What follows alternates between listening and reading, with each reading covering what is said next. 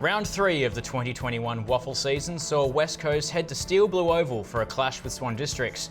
We're yet to win in Bassendean, and it seems the Eagles will have to wait even longer to break the Black Duck, as a dominant start from the Swans put the game out of reach. Welcome to the WAFL Show. I'm Jared, and with me, after a commendable performance, might I add, Hamish Brayshaw. Hammer, welcome to the show again. Jared, good to be back, again on pretty similar terms, unfortunately. Yeah, unfortunately it was a tough start to the game for us, goalless till near the half-time siren. Yeah, it was. We haven't started well of late, unfortunately. The 3 games we've played so far, we've been jumped. So that's definitely something we're working on. They were strong. They were a pretty good side, and I'm sure they'll go pretty well this year. But yeah, I think starts are something we're going to have to work on. And a player coming back, Hammer, from the AFL squad was Jermaine Jones, and he had a pretty impactful performance. Yeah, he did. He's a very good player, JJ, coming back from AFL. I think he had 26 touches and a handful of tackles. The pressure he puts on around the ball, he's so lively around the contest. He was definitely a good player for us, and hopefully we can have him for a few more games. I'm not sure how it will go, but yeah, he was really impactful for us. And one of the impressive players from this season so far is continuing to be Luke Foley. He's been big every game, and down back he looks like he really wants to take the ball through the corridor. Yep. What are you seeing from him? He has really developed this year. He's come on really, really well. We've got obviously a really solid backline in the AFL, so he's playing some really good footy, and he's sticking it out on the WAFL level, which is good for us. He's taken on a bit of a leadership role as well. There's a young backline down there, and the way he sort of commands the troops almost is really good to see from a young fella, but he's playing some really good footy.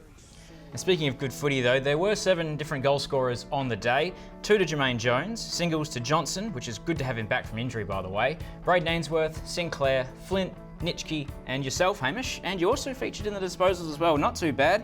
32 touches for you and Bubba.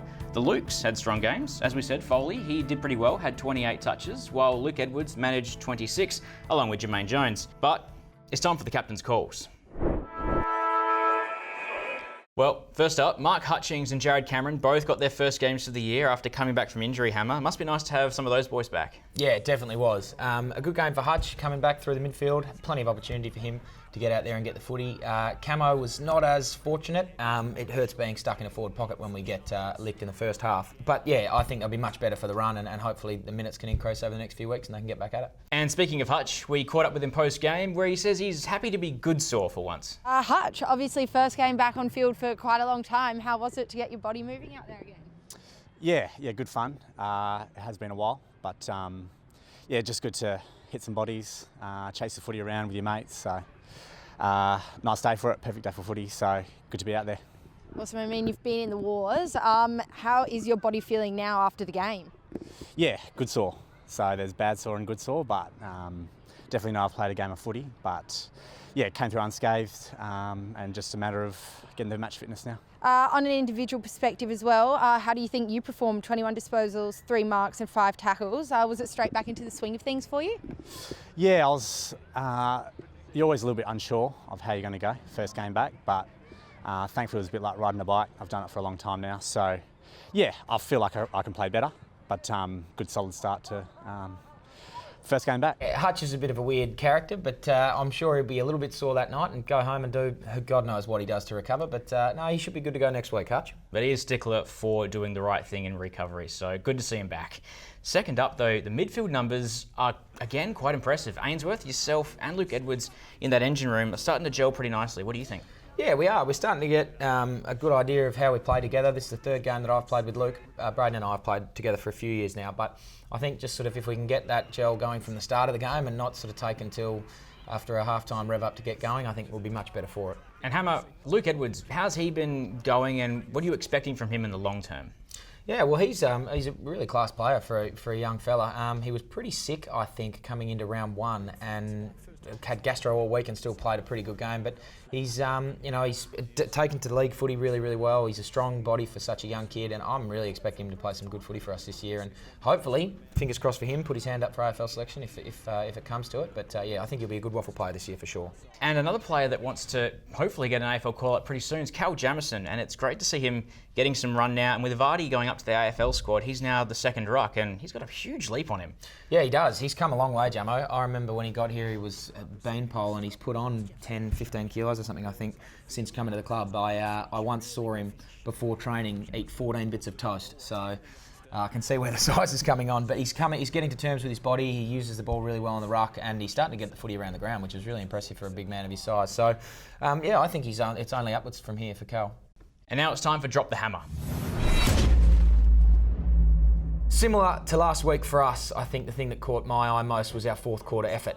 We kicked 6 goals to their 3 after what had been a really tough day for us going forward. Our midfield group started to get on top. Our forwards started to put a lot of pressure on, and we hit the scoreboard. Unfortunately, we could only hold it for 1 quarter, and it happened to be late when the game was almost a dead rubber. But if we can sort of bring that energy and that intensity from the start of the game, we'll be much more competitive going forward. And fingers crossed, we can get a couple of wins on the board. And I've got to ask, when there's a 3-quarter time break, the deficit's quite sizable, 59 points I believe it was. What are you saying to the boys there to really G them up and get them back into the game? Because there is good fight in the team. Just what do you say to the guys? Well, I think coming into a last quarter when you're 60 points down, it's a chance for the players to sort of play on instinct and really be free in the way they play footy. I mean, unless everything sort of falls right for us, we're probably not going to win the game. So it's more just sort of showing, highlighting your talents, highlighting your skills, see what we can work on as a team, and really just roll the dice, sort of. And I think that's what we did in the last quarter. It started at the contest. We got that right on the ball in the midfield, and then the forwards were able to put pressure on and the backs were able to set up. So just that freedom of, righto guys, we're probably not going to win, so, show everyone what you can do. Brilliant. And well, during the fourth quarter, and we had that goal surge, there was a chance for you to kick one of the best goals of your career, but it just faded late. We've got the clip going right now.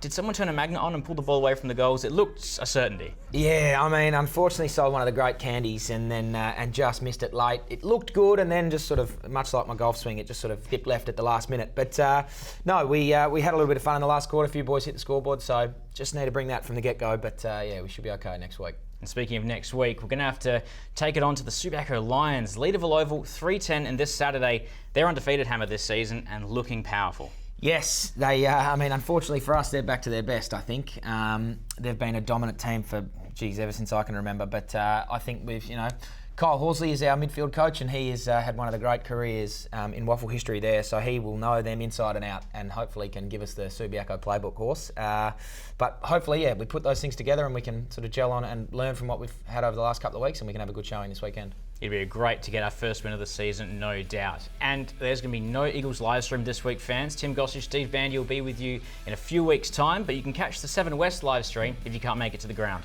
See you there.